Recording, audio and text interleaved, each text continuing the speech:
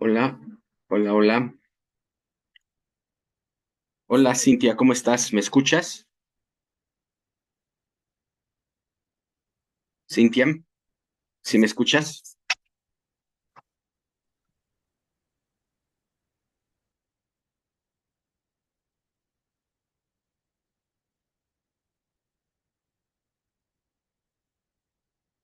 Hola, hola.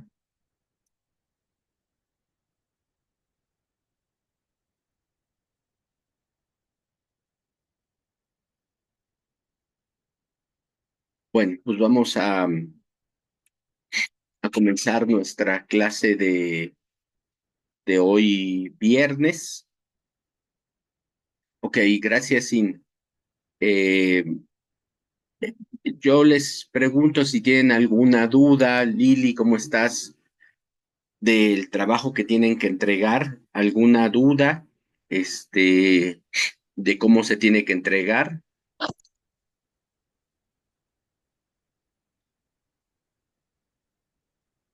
O me van diciendo en el transcurso de la sesión. Bueno, hoy vamos a hablar de un tema que es muy importante porque tiene que ver con la manera en que nosotros aprendemos conocimiento, nos hacemos de información que es significativa para, para nosotros, para nuestro conocimiento, pensando que en esta segunda unidad es investigar para argumentar. Eh, yo siempre les digo a mis alumnos que este es un trabajo de preescritura. ¿Qué quiere decir que es un trabajo de preescritura? Que tenemos que hacer una planeación primero para después comenzar a escribir. Y tiene que ver mucho con las fuentes de información que vamos nosotros a consultar, pero no solamente están las fuentes de información, sino que desde hace unos 30 años hay un recurso de información, se le conoce de recursos de información digital, que específicamente son los motores de búsqueda que vienen a a tener una función importante porque nos llevan a fuentes de información. Ahorita se los voy a explicar. Empiezo con la definición de fuente de información o fuentes de información. Mm, Es un medio que proporciona datos, o sea, nos proporciona información, hechos, conocimientos o detalles que pueden ser utilizados para obtener información. Estas fuentes pueden variar en el formato y contenido y clasifican en diversas categorías según su naturaleza. Nosotros, como occidentales, y bueno, como parte de la cultura mundial, eh, nosotros hemos tenido como fuente de información el libro. El libro ha sido, o desde hace muchos años, la fuente, o si lo queremos decir de otra manera, la escritura en pergaminos, en papiros, se iba escribiendo lo que se pensaba, de lo que se observaba, explicaciones del mundo natural, que realmente eso fue, y bueno, también del mundo filosófico. Eso fue lo que se empezó a escribir en rocas, incluso en piedras, pero ya mejor en papiros, en pergaminos, hasta que se desarrolla el libro, los libros ya como ese formato que ven ustedes en la imagen, pero escritos a mano, hasta que llegó la imprenta, que fue un cambio muy importante porque se masificó el conocimiento. Acuérdense que antes, pues no leían todos, ¿no? Había generaciones y generaciones que se morían sin saber leer y escribir. Solamente los nobles o la gente adinerada, pues tenía la posibilidad, o los sacerdotes, los curas de aquella época, estoy hablando del medievo, que tenían la posibilidad de leer. Y el libro, cuando Gutenberg desarrolla la imprenta, la prensa, o sea, prensar así, poner libros, pues ya la mayoría de las personas tuvo acceso a este tipo de tecnología, pues el libro es un tipo de tecnología, y pudo formarse y aprender de lo que venía del entorno. La fuente, entonces el libro es nuestra, digámoslo así, dentro de las preparatorias, universidades, es la fuente de información por excelencia, aunque ya está viniendo abajo.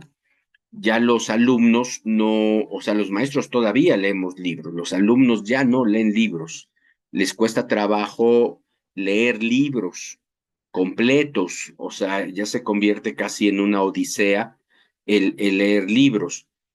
Leen otro tipo de cosas, incluso estamos en una generación tecnologizada que lee mucho, lee sus mensajes en WhatsApp, lee lo que se puede ver en redes sociales, en las noticias que les llegan a su teléfono, pero, pero libros como tales, pues se lee pocos ya, se lee pocos por un cierto sector de alumnos.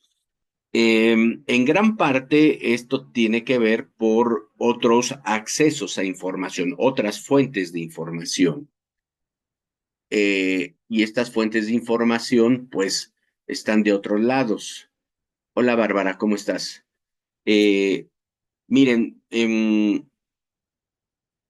me puse a investigar sobre todo Internet, pero sobre todo el nacimiento de la web. Y estoy leyendo este libro de Tim Berners-Lee, que fue el inventor de las páginas web. Es, a ustedes les tocó ver un Internet con páginas web, pero antes el Internet no era con páginas web. El Internet era otra cosa totalmente diferente. Las páginas web cambiaron radicalmente el uso de las tecnologías y la masificación, porque antes Internet sí existía, pero tenían acceso a ello los ingenieros, algunas personas que aprendieron a manejar ciertos códigos, a manejar ciertos programas, pero Internet como tal se desarrolló con la WWW, y eso trajo el nacimiento de navegadores como Explorer, por ejemplo, Chrome, bueno, Chrome últimamente, pero Explorer es un navegador que tiene muchos años, que compitió con otro que se llamaba Netscape, que fueron los precursores de navegadores cuando nacen las páginas web. Entonces, nosotros ya estamos invadidos de páginas web. Que la página web es un sitio en donde se puede poner información y con una dirección uno puede acceder a ella, y la puede bajar. Ahora, ese es en el principio, ahora puede también uno hacer su propia página y puede colgar información, puede hacer muchísimas cosas. Un ejemplo, creo que el ejemplo más típico es Facebook, ¿no? Cuando nace Facebook, los blogs, cuando nacen los blogs y tú puedes tener una dirección electrónica y tú puedes escribir, poner imágenes y todo lo que tú quisieras. Ahora, estos recursos de información digital, eh, pues es una página web, Google es una página web. ¿Cuál era su función? Su función era llevarte a la información que estabas pidiendo. Este libro está muy padre porque te va diciendo cómo nacen las páginas web. Este cuate es un inglés que se va a trabajar a un centro de energía nuclear que está por Suiza. Y él era un investigador y él dijo, bueno, a ver, ¿cómo podemos hacerle para compartir información? O sea, la lógica de Internet es compartir información. ¿Cómo puedo yo subir mi información y que otros la puedan leer? Entonces, desarrolló la idea, lo apoyaron otras personas y fue como desarrollar pues un invento, es el invento de las páginas web, que él lo creó no como un negocio. O sea, esto es muy interesante porque él no sacó dinero, e incluso él lo dice en una parte del libro, si yo lo hubiera eh, puesto a mi nombre, pues hubiera ganado muchos millones de dólares. Y lo que hizo fue se llama código abierto, hizo la página web, subió el código abierto y todas las demás personas que sabían de tecnología entendieron el código y empezaron a hacer sus propias páginas. Entonces hay una parte del libro muy padre porque parece así como algo viral, un contagio en donde ya empezaban a salir páginas web por todos lados. Eh, Como ya empezaban a salir páginas web por todos lados, era muy difícil que tú te aprendieras pues, el nombre de las páginas web y las direcciones sobre todo. Entonces, por eso nacieron los buscadores. Eh, y esos Qué buscadores lo que te daban era acceso a fuentes de interesante. información, acceso a fuentes de información. Y, y esas fuentes de información pues eran páginas de diversos tipos. En específico, las universidades empezaron a crear pues sus sitios para que la gente consumiera información, los periódicos, etcétera, etcétera. Aquí quiero hacer una acotación en señalar que Google no es una fuente de información. Ese es uno de los aprendizajes que yo quiero que se lleven el día de hoy, que Google no es una fuente de información. Google es un recurso de información que te lleva a fuentes. El trabajo en el punto 6 te dice que expliques la técnica que utilizaste. Porque acuérdense que las respuestas 3 y 4 cuando te dice determina cómo va a ser tu investigación, busca, creo que es la 3 y 4 les digo, no contesten esas, por favor, no las contesten porque no te está diciendo la instrucción, no te está dando una acción en donde tú contestes. En las instrucciones es muy importante que se fijen en el verbo. ¿Qué acción te dice el verbo? Determinar no quiere decir que escribas, o reflexionar no quiere decir que escribas, buscar no quiere decir que escribas, ¿sale? Entonces, fíjense bien cuando la instrucción sí les pide escribir. De todos modos, yo en las siguientes clases virtuales yo les voy a ir guiando para que no caigan en esa confusión. Entonces, ustedes lo que tienen que hacer en las 6 es seleccionar un, eh, un motor de búsqueda y en ese motor de búsqueda poder hacer la búsqueda con lo que yo les había dicho que es el fraseo. Creo que yo alcé la mano, ¿verdad? A ver, ya, ok, perdón. ¿Sí se acuerdan de eso que les comenté en la clase pasada? Que ustedes tienen que seleccionar un buscador. Hay muchos buscadores. Lo que pasa que el buscador, no sé si el mejor, pero el que ya se utiliza más es Google. Entonces ustedes se plantan frente a Google y en la casillita, en el rectángulo que Google nos ofrece, ahí tienen ustedes que poner, como me puso una alumna de este grupo, una oración, ¿no? O sea, está bien dicho, es una oración, pero se le conoce como fraseo, una frase.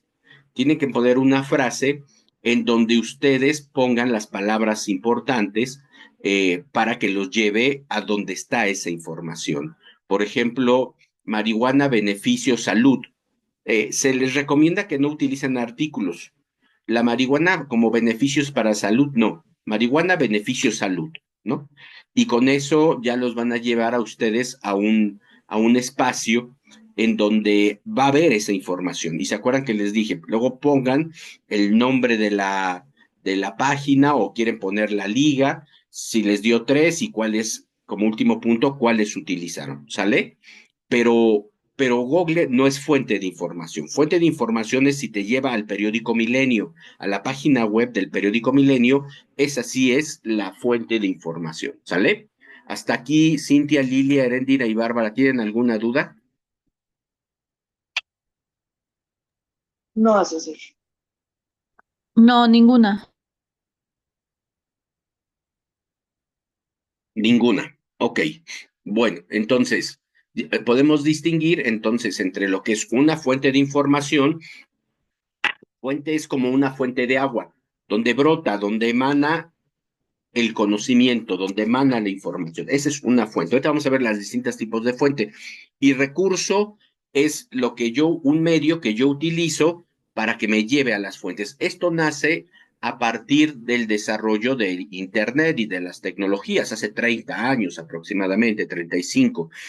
Toda la demás parte de nuestra historia, o sea, los miles de años que llevamos nosotros como 10.000 años, llevamos como humanidad, pero bueno, ya que escribimos y ya que estamos en este nivel de escritura, pues han de ser unos 5.000 años, todo era escrito y todo era libro, ¿sale? Solamente estos 35 años se vino a cambiar la realidad. Aquí les pongo, ¿cuál es la diferencia entre un sistema de información digital y una fuente de información? ¿No? Es lo que les acabo de decir. Bueno, vamos a hacer un poquito de historia. Lo que tienen ustedes enfrente es la fachada de la Biblioteca Central de la UNAM, que se encuentra en Ciudad Universitaria. A la derecha está Rectoría, a la izquierda está el Estadio de Ciudad Universitaria, pasando Insurgentes. Esta es una biblioteca que en su momento fue la más importante del país, eh, patrimonio de la humanidad, porque la hicieron un muralista, creo que José Clemente Orozco, creo que fue, y está hecha con piedras. La fachada, bueno, tiene cemento y todo esto es adornado con piedras de los 32 estados del país. Entonces es un mural, se convierte en uno de los murales más emblemáticos, patrimonio de la humanidad según la UNESCO.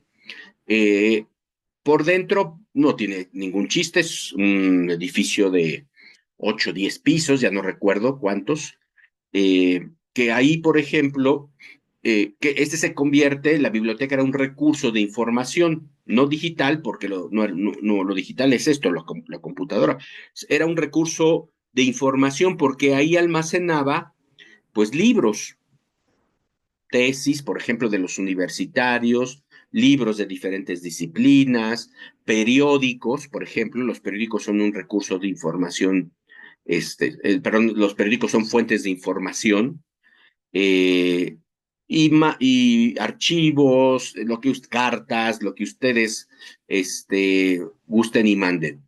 Eh, Esta es una de las bibliotecas. Luego ya como creció mucho la UNAM, se hizo otra biblioteca en el Centro Cultural Universitario, y es otra biblioteca también muy, muy grande. Esta se encuentra en el corazón de Ciudad Universitaria, la otra está a las afueras. También está esta biblioteca por años muy importante, la Biblioteca México, que está en Valderas, en el centro de la ciudad. Y ahí, por ejemplo, también es una hemeroteca. Las hemerotecas son el lugar en donde se guardan todos los periódicos y revistas. Por ejemplo, a mí me dejaron hacer una tarea cuando estudié en el Colegio de Ciencias y Humanidades sobre el 68 y 1971. Entonces teníamos que ir a aquí a esta hemeroteca, o podemos ir a la otra en CEU, pero lo que pasa es la que les enseñé, pues si nos quedaba más lejos. Entonces, pues íbamos aquí a esta hemeroteca y había periódicos y pues los sacábamos, ahí no los podía sacar de la biblioteca hemeroteca, sino ahí mismo en una mesa pues nos poníamos a revisar las noticias que hablaban pues, de los temas que nos dejaban los profesores. Entonces, esta se convirtió en un refugio para muchos estudiantes de bachillerato, prepa y universidad en los años 80. Les estoy hablando, si no había algo aquí, pues sí, ya teníamos que ir hasta acá, ¿no? Que es ciudad universitaria, que ahora pues ya el transporte, pues ya hay Metrobús que te deja ahí. El Metrobús, no sé si sepan, tiene un carril confinado para él solito, entonces pues llega uno de volada, pero antes eran camiones, micros, aquí llegaba uno en metro, entonces no había tanto problema. Bueno, entonces aquí había acervos de periódicos, revistas y muy bien. Bueno, nuestra prepa y bueno, mi CCH y luego Acatlán, mi universidad, pues sí tenía libros, pero no sé, o periódicos, pero no se comparaba con lo que tenían ellos. Entonces, cuando pues nos dejaba el maestro un libro que leer y nada más había uno o dos ejemplares y te lo ganaba el compañero, pues o le sacabas fotocopias, que no era muy recomendable porque la calidad era muy mala, eh, pues tenías que buscarlo en otro lado. O si había oportunidad, ir a librerías. O sea, si por ejemplo, mi papá en este caso, yo le pedía dinero para que me ayudara a comprar un libro, pues ya me daba mi papá y yo iba feliz a librerías del centro. O iba, por ejemplo, hasta el sur de la ciudad, en la Ciudad de México, durante muchos años, eh, mucha de la parte cultural se enfocaba en el sur, en Coyoacán sobre todo, o en el centro de la Ciudad de México. Ahora, pues ya más o menos tenemos librerías, museos, pues ya a la redonda, ¿no? Ya, yo tengo una Gandhi como a 4 kilómetros, tengo esta de aquí que es el Fondo de Cultura Económica, que está a 2,5 kilómetros, el péndulo, que también se le llama cafebrería, porque miren, ahí para tomar cafés y todo, está como a 3 kilómetros, pero antes, por ejemplo, cuando yo vivía con mis papás, la librería grande más cerca me quedaba a 10 kilómetros, 8 kilómetros, por ejemplo, y no hablemos en provincia, ¿no? En los estados, en los municipios donde pues no hay. Ahora ya hay dos soluciones. O compras el libro digitalmente o lo mandas a pedir, ¿no? Ya casi todas las librerías tienen esa función de que compras en línea y te lleva el libro. Eso es un avance maravilloso. Dice Cintia, yo recuerdo que de niña que en mi localidad había en cada parque una biblioteca y te prestaban los libros. Sí, ¿de qué parte eres, Cintia? Porque se quiso hacer eso por delegaciones aquí en la Ciudad de México. No sé si eres de la Ciudad de México. Yo también en Monterrey, sí, claro, también como ciudades grandes, Cintia, ¿no? Pues ponían bibliotecas. Yo me acuerdo que fui a una cerca de mi casa, como 1 kilómetro, una biblioteca, que curiosamente me dejaron un libro en el CCH y estaba ahí. O sea, de esas cosas maravillosas. Era un libro famoso, pero estaba ahí. Entonces, pues ahí lo leí. Bueno, lo saqué, te lo prestaban y lo entregabas. Sacabas tu credencial y todo muy lindo, en las bibliotecas, ¿no? Sí, claro. Y bueno, son librerías. Me van a creer que luego alumnos me preguntan, alumnos ya de 20 años, 18 años, ¿qué diferencia hay entre una biblioteca y una librería? O sea, alucino eso, o sea, alucino. Y pues ya les explicas que la biblioteca es cuando te prestan un libro y la librería es cuando lo compras. O sea, se ve que nunca han comprado un libro, ¿no? Muy triste esa situación. Entonces, si bueno, mi papá siempre me apoyó mucho en para estudiar. Ahorita les platico otras anécdotas muy bonitas. Yo iba a las librerías a comprar el libro. Pero ¿cuándo cambió esta situación? Pues tenemos que recorrer, es una historia corta, ¿no? O sea, hablar de 40 años, 35 años es, dentro de la historia de la humanidad, es nada, ¿no? O sea, nosotros somos los primeros usuarios de esta tecnología que llegó para quedarse. De aquí a lo que duremos los humanos como especie, que no sabemos, hay muchas hipótesis que dicen que pues los humanos como los conocemos, pues nos vamos a extinguir, porque incluso en la propia dinámica de la naturaleza, y aparte de que cometemos muchos errores los humanos, pues que en algunos años pues vamos a dejar de existir. Eh, y la tecnología, esta tecnología va a ir evolucionando y va a ir cambiando. No sé si han visto ustedes una serie en Netflix que se llama Black Mirror. No sé si han visto Black Mirror, que es una serie, eh, se le conoce como contenido distópico. Hay un término que se llama utopía. La utopía es lo que quieres alcanzar, eh, idealmente. No sé si llegaron a ver ustedes una película para niños, Zootopia, que era una película de dibujos animados, que era de una conejita y un zorrito que vivían en una ciudad de puros animales y era una sociedad muy armónica. La pueden ver, creo que está en Disney. Es así, Lili, ¿no? Ándale, pues esa Lili, es el ideal. Lo utópico es lo ideal. Una sociedad en donde todos convivían, pero a alguien se le ocurrió hacer maldad y hizo de esa ciudad lo contrario, ¿no? Una distopía. Bueno, Black Mirror es una distopía en el sentido de que qué hace la tecnología con la gente, cómo nos cambia como humanidad, ¿no? Pero bueno, esa es otra cosa. Nosotros, cuando empieza las computadoras, estas son las primeras computadoras que se comercializan.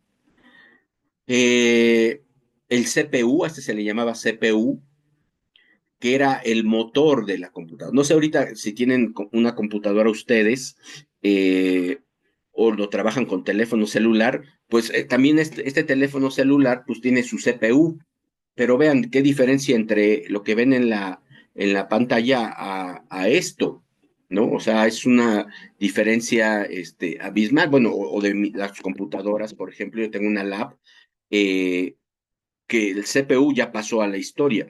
En una de las universidades donde trabajo, el CPU es así chiquito, de 20 centímetros, o sea, la tecnología ha cambiado.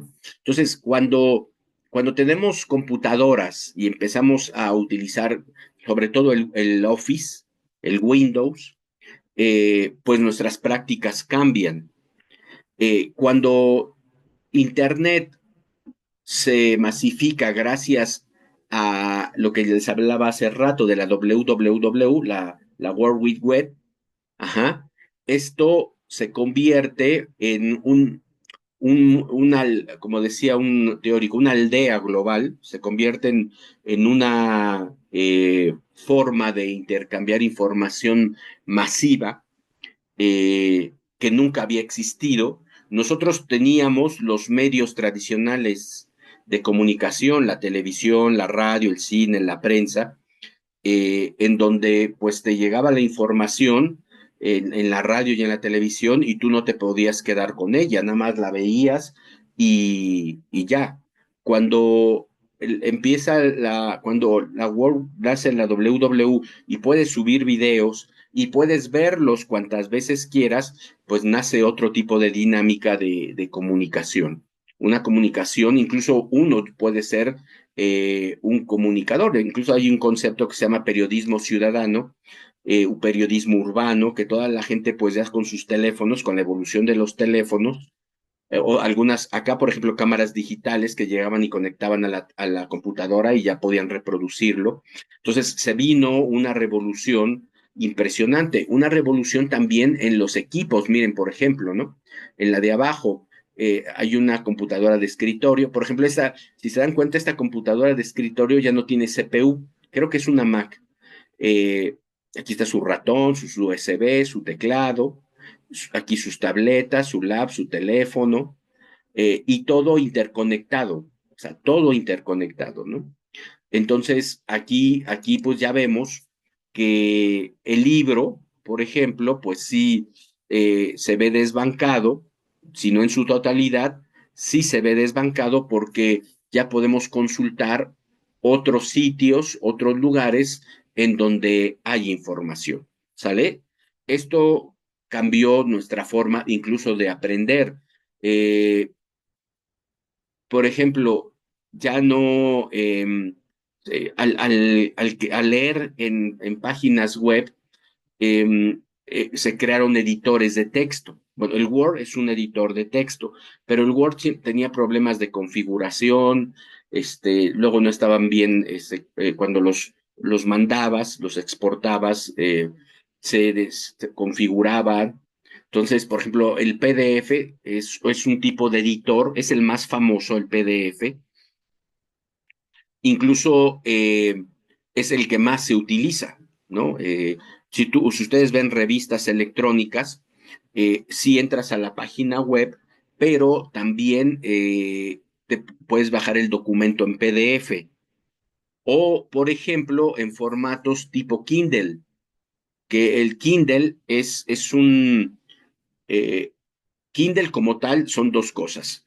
Es esto que trae el niño, es una tabletita en la cual solamente puedes descargar libros. La conectas a internet, bajas la aplicación de Kindle, que es la empresa, es una empresa que vende libros de Amazon, y tú puedes ahí tener tu biblioteca digital, ¿no? Puedes tener todos los libros según la capacidad que te dé la tableta, pero puedes tener, como aquí está la imagen, todo en tus manos.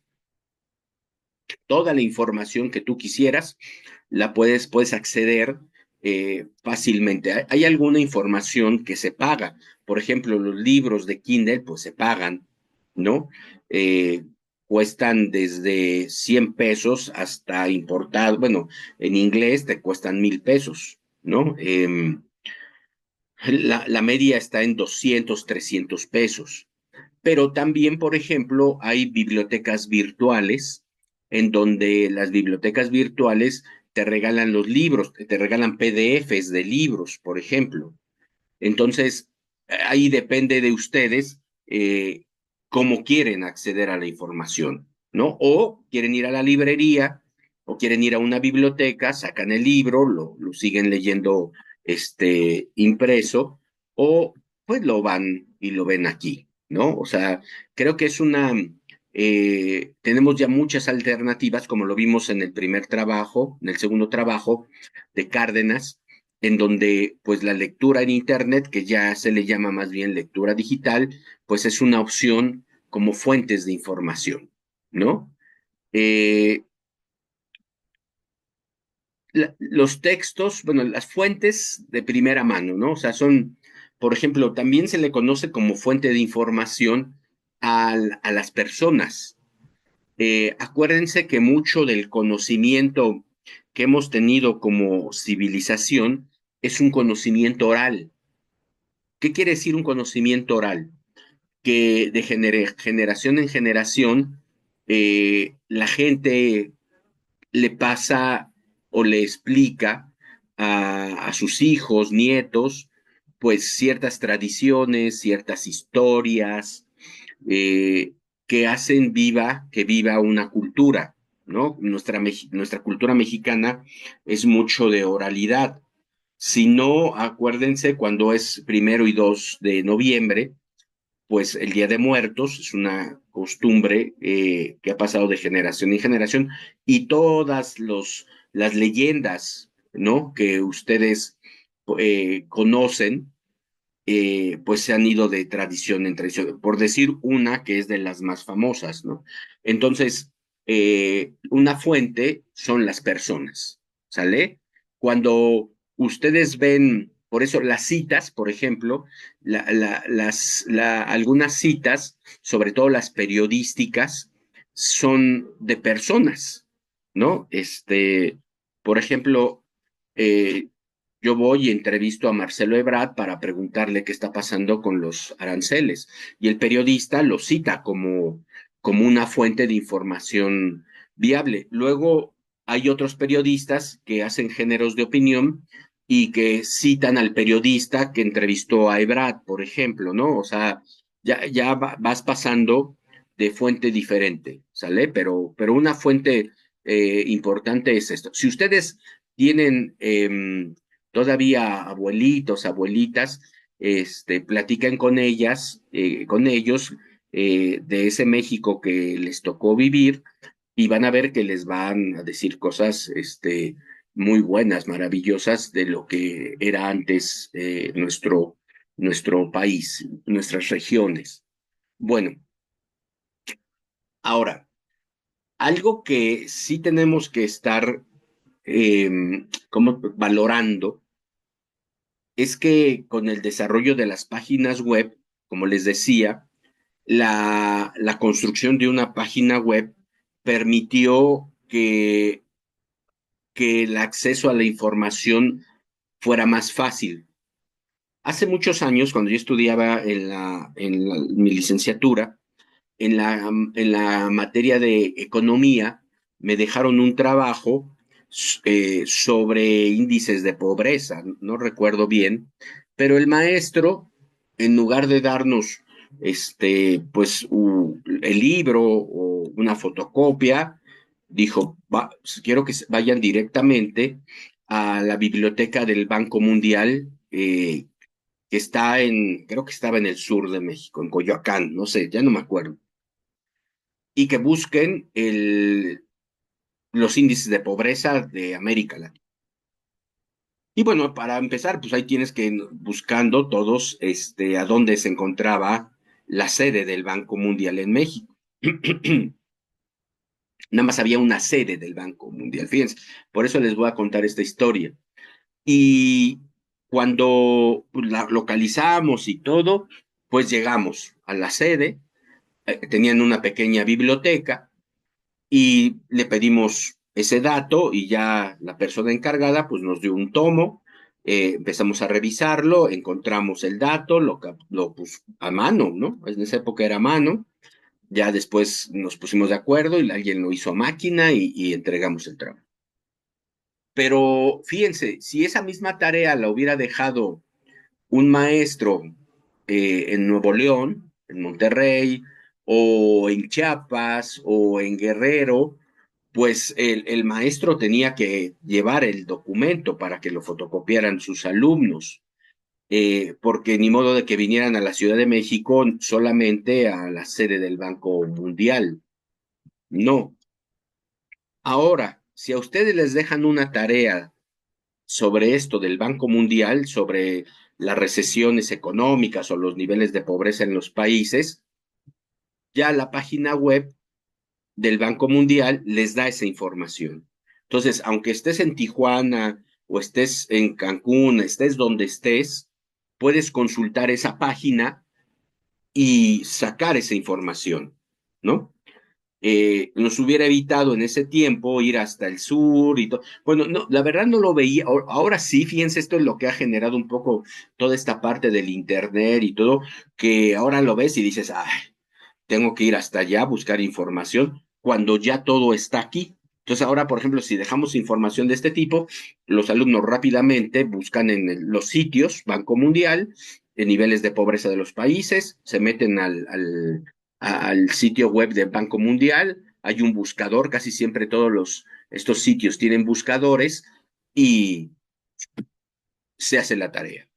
Si se dan cuenta a lo que quiero llegar en este sentido, que tiene ventajas y desventajas, ¿sale? Tiene ventajas y desventajas, en el sentido de que ya hay más acceso a la información, ¿no? Ya tenemos mucho más acceso a la información, eh, pero pues se pierde ese sentir de tener un libro y leerlo. Ya se van a acabar mis primeros 40 minutos, este, en un minuto regreso. Ya saben, con la misma liga ustedes pueden entrar, ¿sale?